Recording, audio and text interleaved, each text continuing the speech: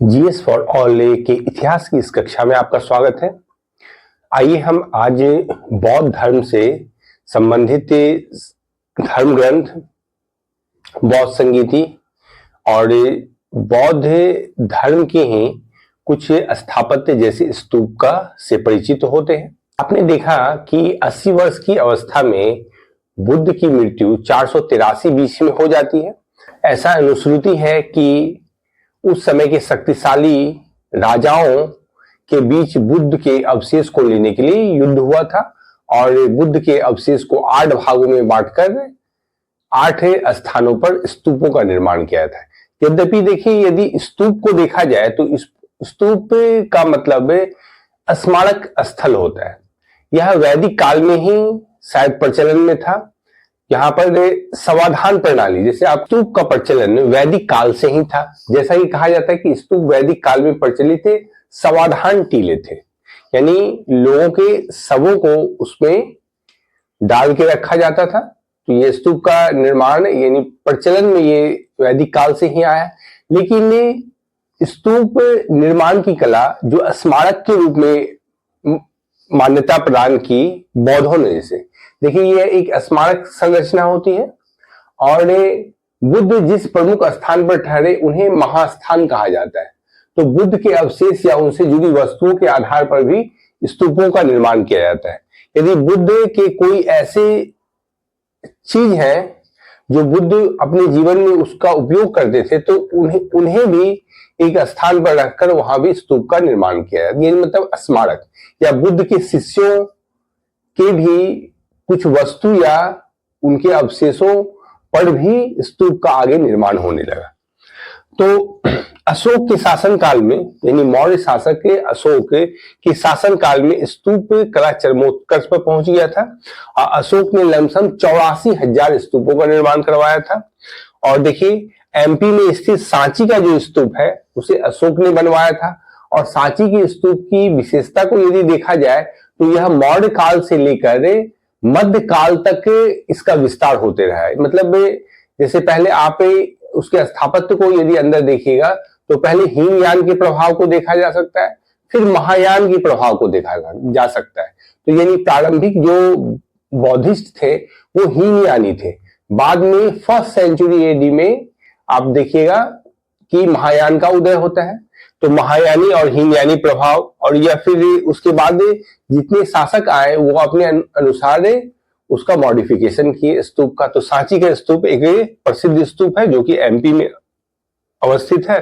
सबसे प्राचीनतम स्तूप के रूप में पिपरवाह यानी यूपी में देखा जा सकता है। तो सबसे प्राचीनतम स्तूप यदि बोला जाए तो पिपरवाह वो यूपी में है। अब देखिए यदि स्तूप की संरचना को देखा जाए तो यह एक अर्ध गोलाकार संरचना है। मतलब एक तरह से देखा जाता है अंडाकार संरचना है। इसके भाग को अंड कहा जाता है और यहीं पर रेलिंग या वेस्टनी का निर्माण किया जाता है। आप जैसे सांची के स्तूप में देख सकते हैं एक द्वार भी रहता है उसका। और ये चौकोर संरचना एक वेदिका के रूप में जानी जाती है। हर्मिका भी रहता है ऊपर। तो ज्यादा जटिलता में ना जाके आप वेदिका समझिए। और वेदिका के ऊपर एक छत्र रहता है या छत रहती है जिसमें 3 स्तंभ लगे रहते हैं जो बुद्ध, संघ और धम्म को बताते हैं। बुद्धम शरणम गच्छामि, संघम शरणम गच्छामि और धम्मम शरणम गच्छामि। ये जो है त्रिरत्न है और यही छत्र जो है इस पर 3 सलाखाएं लगी रहती है और यह तीनों इसी का प्रतीक है। बौद्ध धर्म में मान्यता है कि यदि त्रिरत्न का पालन किया जाए तो कर्म फल का नाश होगा और व्यक्ति जन्म मरण के चक्र से मुक्त हो सकता है, यानी मोक्ष की प्राप्ति, यानी व्यक्ति की मुक्ति हो सकती है। स्तूपों की 5 श्रेणियों को देखिए। 5 प्रकार के स्तूप पूरे भारत में बनाने के लिए प्रचलित थे और जहां जहां बौद्ध धर्म विस्तार किया, जैसे थाईलैंड में, कंबोडिया में, साउथ ईस्ट एशिया के देशों में, श्रीलंका में, तो वहां वहां स्तूपों का निर्माण किया जाने लगा। मौर्य काल के बाद स्तूप बड़े पैमाने पर बनने लगे। अब देखिए स्तूप की 5 श्रेणियां में अवशेष स्तूप, यानी बुद्ध के अवशेष या बौद्ध धर्म से संबंधित मोंक के, मतलब उस समय जो प्राचीन मोंक थे उनसे संबंधित अगर कोई वस्तु है, अवशेष है, तो उससे उस पर स्तूप का निर्माण किया जाने लगा। जैसे सांची का बुद्ध के दांत जो है श्रीलंका के कैंडी नामक स्थान में रखे हुए हैं। वहां से उनके दांतों को लाकर अभी पटना जंक्शन के पास भी आप एक स्तूप का निर्माण देख सकते हैं। तो बुद्ध के अवशेष रखे गए हैं उसी में। अब देखिए वस्तु स्तूप यानी वो वैशाली का स्तूप है। यदि बुद्ध है जो मान लीजिए भिक्षा पात्र बुद्ध का है और भिक्षा पात्र को एक स्थान पर रखकर वहां स्तूप बनाया गया, या फिर ऐसे ही बौद्ध के उस समय के जो बुद्ध के शिष्य थे उनके भी कोई वस्तु को रखकर उस पर स्मारक बनाया जाए, तो ऐसे स्तूप वस्तु स्तूप कहलाते हैं। स्मारक स्तूप हो गया मतलब स्मारक स्तूप किसी विशेष घटनाओं पर यदि स्तूप बनाया जाए तो वो स्मारक स्तूप कहलाता है। जैसे श्रीलंका के अनुराधापुर का स्तूप। फिर देखिए लेह स्तूप प्रतीकात्मक स्तूप। यदि किसी बौद्ध ग्रंथ को रख दिया जाए और उस पर स्तूप बना दी जाए तो वो प्रतीकात्मक स्तूप कहलाता है। मन्नत स्तूप यह आध्यात्मिक लाभ प्राप्ति के लिए होता है। यहाँ जो मोंक्स होते हैं वो ध्यान प्रार्थना आदि करते हैं ऐसे मन्नत स्तूप पर। अब देखिए भारत में कुछ बौद्ध मठ है, उनके विषय में जानकारी इसको मैप पर उतारने का प्रयास किया। ये भारत का मैप है। तो भारत के मैप में देखिए हिमाचल प्रदेश, ये आप देख रहे हैं उत्तराखंड और ये हिमाचल प्रदेश। तो हिमाचल प्रदेश में 3 आप मठ को देख सकते हैं प्रमुख है, जिसमें टाबू मठ है, नामग्याल मठ है और सासुर मठ है। ये याद रखिएगा, टाबू, नामग्याल और सासुर मठ ये हिमाचल प्रदेश में है। अरुणाचल प्रदेश देखिए यह चीन के पास है, ये चीन बगल में है और भारत का ये भाग है अरुणाचल प्रदेश। यहाँ प्रसिद्ध एक मठ है जो कि तवांग मठ कहलाता है। यहाँ देखिए भूटान का भाग है, ये सिक्किम है। तो सिक्किम में गैंगटोक राजधानी में है रुमटेक मठ है, ये ध्यान में रखिएगा। और देखिए उत्तराखंड नेपाल का ये भाग है, उसके बाद उत्तराखंड है। उत्तराखंड में है मिर्डालिंग मठ है, ये देहरादून में स्थित है। उत्तराखंड की राजधानी देहरादून में मिर्डालिंग मठ है। और फिर यहाँ पर देखिए मैसूर में यानी कर्नाटक क्षेत्र में नाम ड्रालिंग मठ है। यहाँ मिर्डालिंग मठ है, यहाँ नाम ड्रालिंग मठ है। और बिहार में आपको बोध गया में बोध मंडा मठ है, याद रखिए बोध मंडा मठ। तो इस प्रकार आप देखें क्या तवांग मठ, ताबो मठ है, नामग्याल मठ, सासुर मठ है और मिर्डालिंग मठ जो देहरादून में है और नाम ड्रालिंग मठ है, ये कर्नाटक में आपको पड़ता है। रुमटेक मठ है और बिहार में बोध मंडा मठ। तो इस प्रकार आप भारत में प्रमुख जो बौद्ध मठ है उसके बारे में आप जानकारी हासिल की। संसार के किसी भी धर्म को जानने के लिए एक साहित्यिक स्रोत की जरूरत होती है और साहित्यिक स्रोत के अभाव में हम किसी भी धर्म के हर एक पहलू को नहीं जान सकते हैं। तो बौद्ध धर्म के विषय में भी देखा जाए तो इसमें एक आध्यात्मिक और उनके हर एक पहलू को जानने के लिए बौद्ध के धार्मिक ग्रंथ हैं और इन्हीं धार्मिक ग्रंथों को खासकर बौद्ध धार्मिक ग्रंथों को पाली भाषा में दिया गया है। ध्यान में रखिएगा पाली भाषा।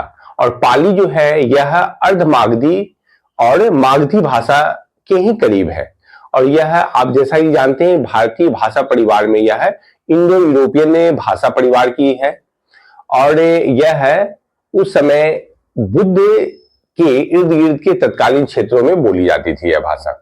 और यह संस्कृत भाषा की तरह जटिल नहीं है बल्कि यह लोक और आम जनों की भाषा है। बुद्ध चाहते थे कि उनके जो वाणी है या उनके जो प्रवचन है वो झोपड़ी से लेकर महल तक सुने जाए, हर एक लोगों के बीच लोकप्रिय हो। वो बार बार ऐसा कहते थे कि मैं जो भाषा बोल रहा हूं वो पाली में है, यद्यपि उनकी भाषा पाली थी, हम लोग हिंदी में बात कर रहे हैं।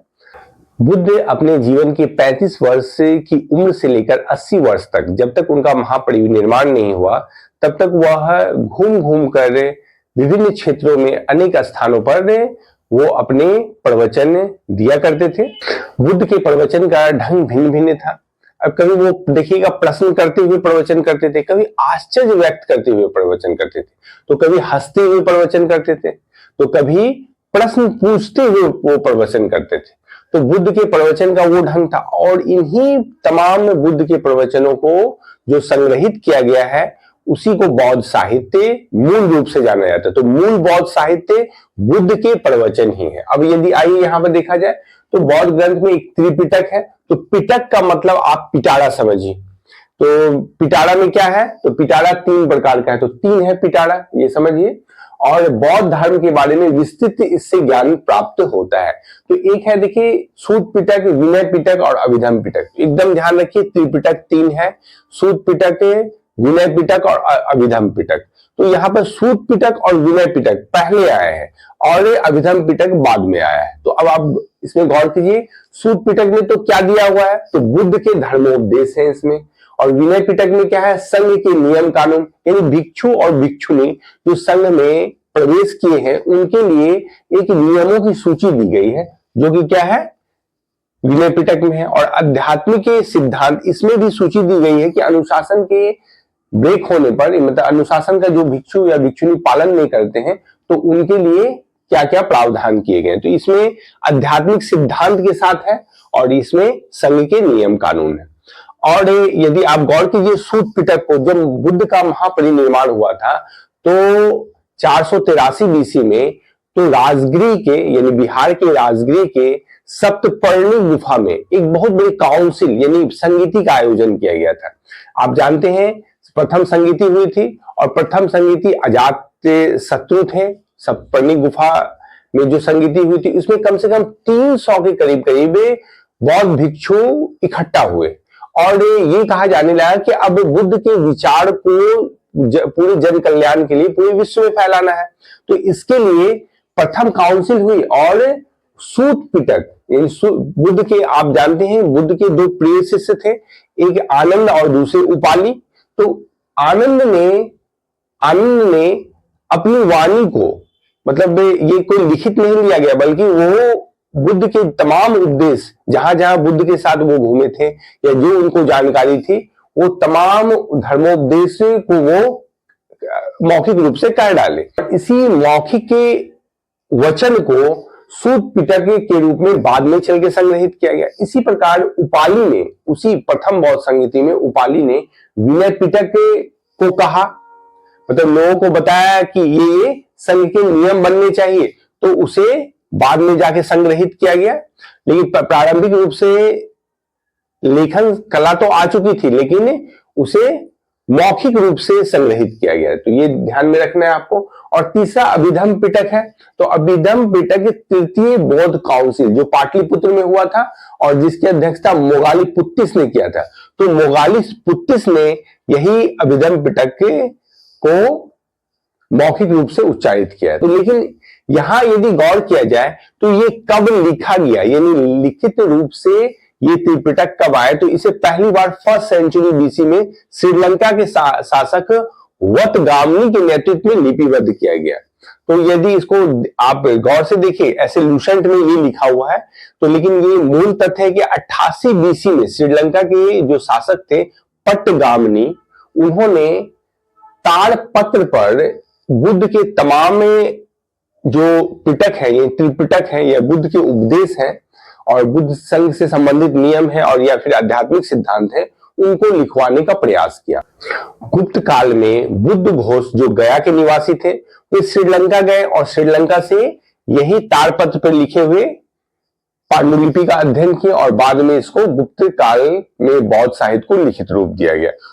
सूत पिटक के 5 निकाय हैं। तो एक क्या है, दीर्घ निकाय है, दूसरा मध्यम निकाय है, तीसरा संयुक्त निकाय है और चौथा अंगुत्तर निकाय है और 5वां है खुंदक निकाय। सूत पिटक के 5 निकाय है, जैसा कि आपने देखा, दीर्घ निकाय, संयुक्त निकाय, मध्यम निकाय, अंगुत्तर निकाय और खुंदक निकाय। मध्यम निकाय में ही राहुलोपवाद सूत्र है, जिसमें बुद्ध ने आत्मा के अस्तित्व पर चर्चा की है।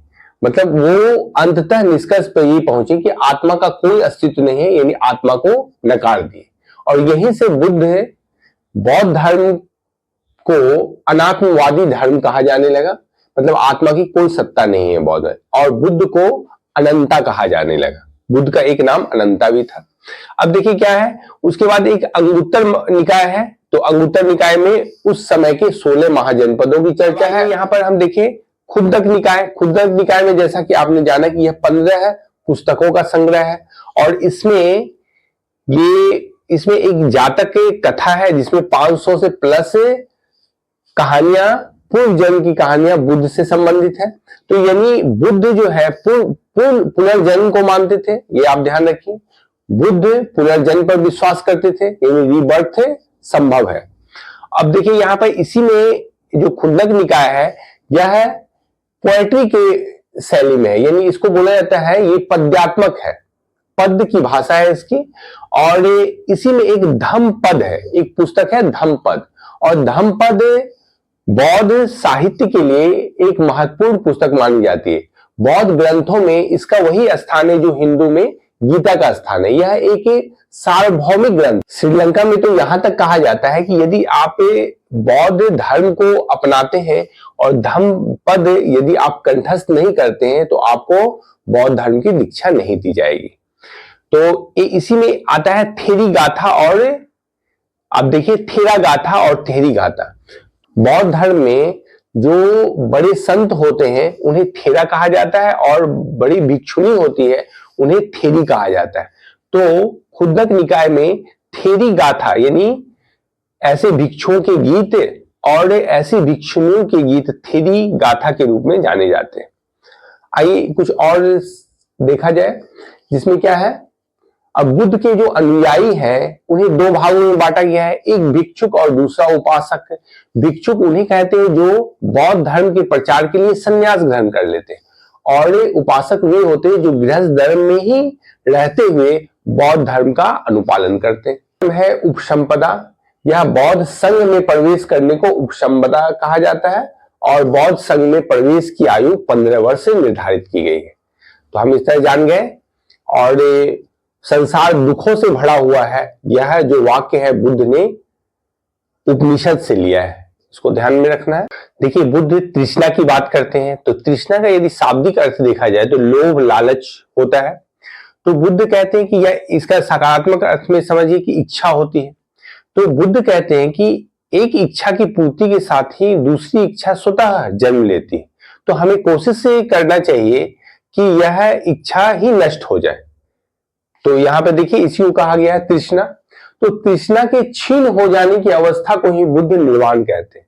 मतलब आप यदि इस इच्छा को ही नष्ट कर दीजिए तो ही क्या होगा, कर्मफल का नाश हो जाएगा और आपको निर्वाण की प्राप्ति हो जाएगी। यदि हम गौर से देखें तो 1st सेंचुरी एडी में, यानी जब चतुर्थ बौद्ध संगति हुई थी यानी कनिष्क के काल में, तो उस समय बुद्ध के अनुयायी यानी बौद्ध धर्म दो भागों में विभक्त हो गया था, एक हीनयानी और दूसरा महायानी।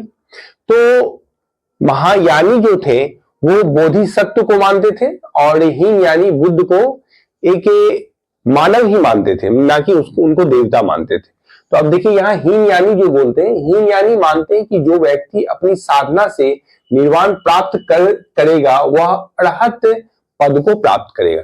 तो अरहत एक वर्ड है जो कि हीनयान से संबंधित है, और वो कहते हैं जो अपनी साधना से निर्वाण की प्राप्ति करेगा तो हीनयानी उसको अरहत पद देते हैं।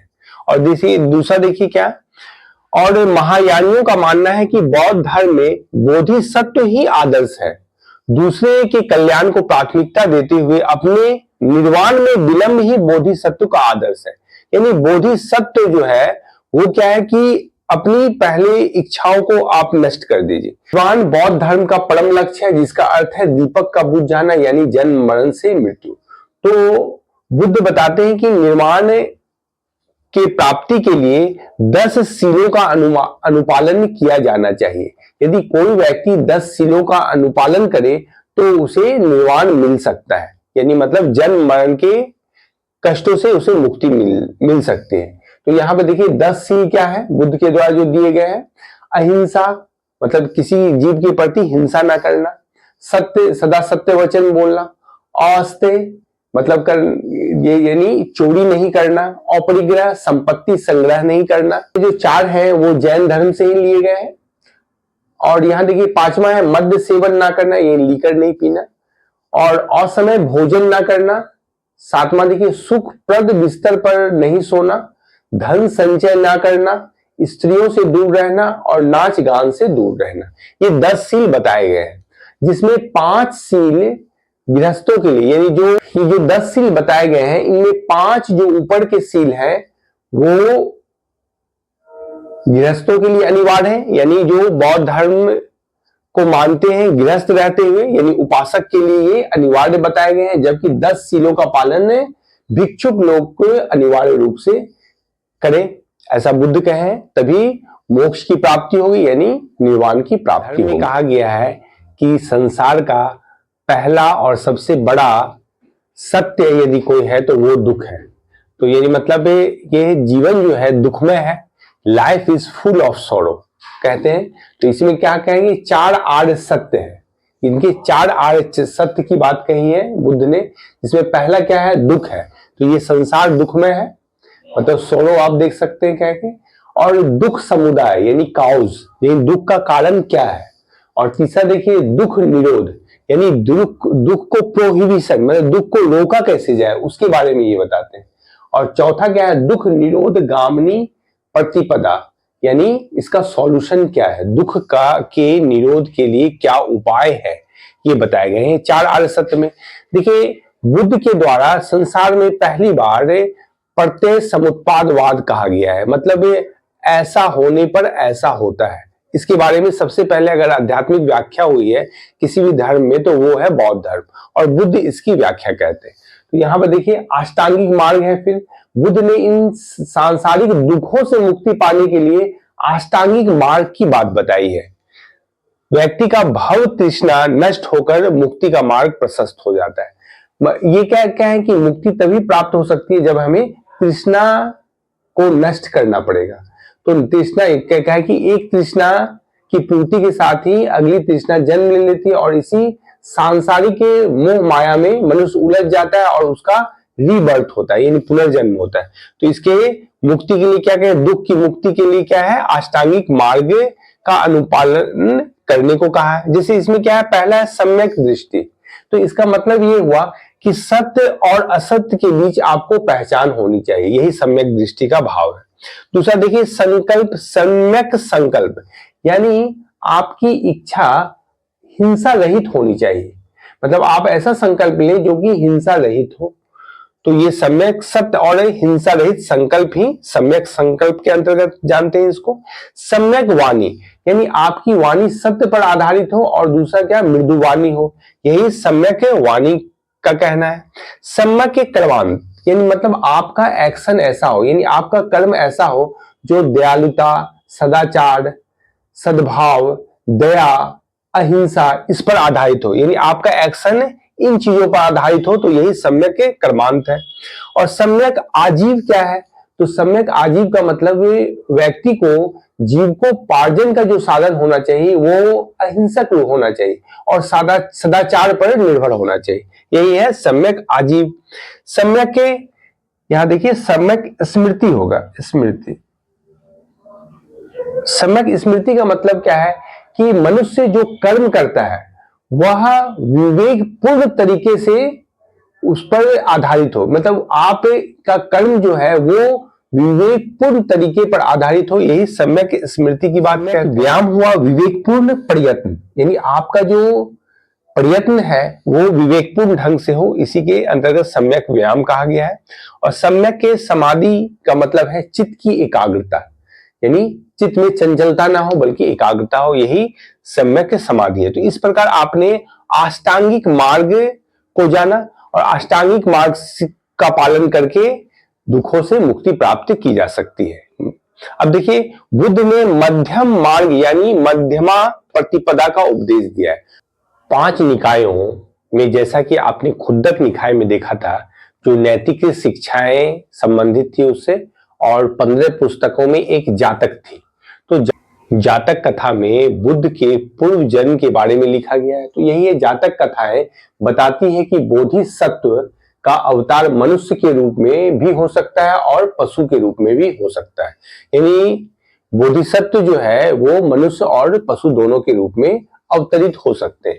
तो इसमें देखिए बोधिसत्व के रूप में पुनर्जन्मों की दीर्घ श्रृंखला के रूप में बुद्ध ने शाक्य मुनि के रूप में, आप जानते हैं शाक्य गण के मुखिया थे उनके पिता शुद्धोधन, जिसके कारण उनको शाक्य मुनि कहा गया है। तो बुद्ध शाक्य मुनि के रूप में अपना अंतिम जन्म प्राप्त किया। मैत्रेय और अनाम बुद्ध अवतरित होना अविशेष है, यानी इस नाम से बुद्ध पृथ्वी पर आ सकते हैं। भारत में मूर्ति निर्माण की दो प्रमुख कलाएं विकसित हुई, जिसमें आपको एक मूर्ति निर्माण की मथुरा शैली और दूसरा गांधार शैली। तो गांधार शैली का विकास पश्चिमोत्तर भाग से है और यह है ग्रीक और यूनानी कला के हेलियोनिस्टिक आर्ट का इस पर प्रभाव है। तो इतना डिटेल में देखे आप ये जानिए कि मथुरा जो शैली है वो मूर्ति निर्माण की देसी कला का शुद्धतम रूप है, जबकि गांधार शैली जो है वो विदेशी कला का उस पर ज्यादा प्रभाव देखने को मिलता है। तो यहाँ पे देखिए बुद्ध की मूर्ति पर मथुरा कला में पहली बार बनी थी, लेकिन बुद्ध की सर्वाधिक मूर्तियां जो है गांधारी कला शैली में पाई गई है। तो ये तथ्य को ध्यान में रखिए।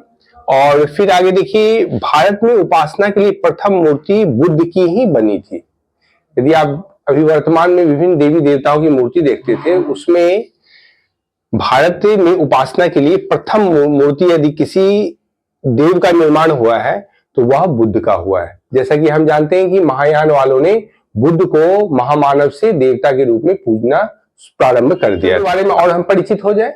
एक है देखिए पद्म संभव, जिनका नाम है आचार्य रिम्पाच। इन्होंने तिब्बत, भूटान जैसे पड़ोसी देशों में बौद्ध धर्म का प्रचार किया, तो इनका नाम ध्यान में रखिए। और दूसरा देखिए भाज गुफा है। तो भाज गुफा जो है महाराष्ट्र के लोनेवाला यानी पुणे डिस्ट्रिक्ट में यह पड़ता है और यह कहा जाता है कि 22 चट्टानों को काट कर एक गुफा का रूप दिया गया है, जहां पर आपको स्तूप और बौद्ध भिक्षुओं के रहने के लिए चैत्यों का निर्माण किया गया था। आइए अंत में हम बौद्ध सभाओं को देखते हैं, जिसमें प्रथम बुद्ध काउंसिल जो हुई थी, यानी प्रथम बौद्ध संगीति जो हुई थी 483 बीसी में हुई थी और यह बुद्ध के महानिर्वाण के तत्काल बाद हुआ था। यह बिहार के राजगीर के सप्तपर्णी गुफा में हुआ था। कहा जाता है कि यहाँ 300 बौद्ध भिक्षु इकट्ठा हुए थे और बुद्ध के उपदेशों का संग्रह किया गया था, जिसमें आपने देखा था क्या कि आनंद और उपाली जो बुद्ध के प्रिय शिष्य थे, उन्होंने सूत पिटक और विनय पिटक जैसे ग्रंथों का संग्रह किया, मौखिक रूप से ध्यान रखिएगा, जिसकी अध्यक्षता महाकश्यप के द्वारा की गई। आचार्य महाकश्यप इसकी अध्यक्षता किए थे प्रथम बौद्ध सभा की। द्वितीय बौद्ध सभा देखिए कालाशोक के काल में हुआ था और यह वैशाली, बिहार के वैशाली में हुआ और इसकी अध्यक्षता साबाकामी के द्वारा की गई थी। और प्रथम आप जानते हैं अजातशत्रु के शासनकाल में हुआ था। तृतीय बौद्ध सभा जो हुई थी 250 बीसी में सम्राट अशोक के काल में हुआ था और यह मगध की राजधानी पाटलिपुत्र में आयोजित हुई थी और इसकी अध्यक्षता मोगालीपुत्तिस ने किया था। और मोगालीपुत्तिस जानते हैं कि तीसरा जो पिटक है अभिधम्म पिटक, उसका संकलन किया था वो। चौथी बौद्ध संगीति 1st सेंचुरी एडी में कनिष्क के शासनकाल में किया गया था और यह स्थान था कुंडल वन, यानी कश्मीर का कुंडल वन, और इसकी अध्यक्षता वसुमित्र के द्वारा की गई थी और उपाध्यक्ष थे इस सभा में अश्वघोष थे उपाध्यक्ष। इस प्रकार आपने बौद्ध धर्म से संबंधित साहित्य, महात्मा बुद्ध की जीवनी और उनसे संबंधित बहुत से दर्शनों का अध्ययन किया और आप बार बार इसका पुनरावलोकन कीजिए। आज की कक्षा में इतना ही, कल फिर हम मिलते हैं। धन्यवाद।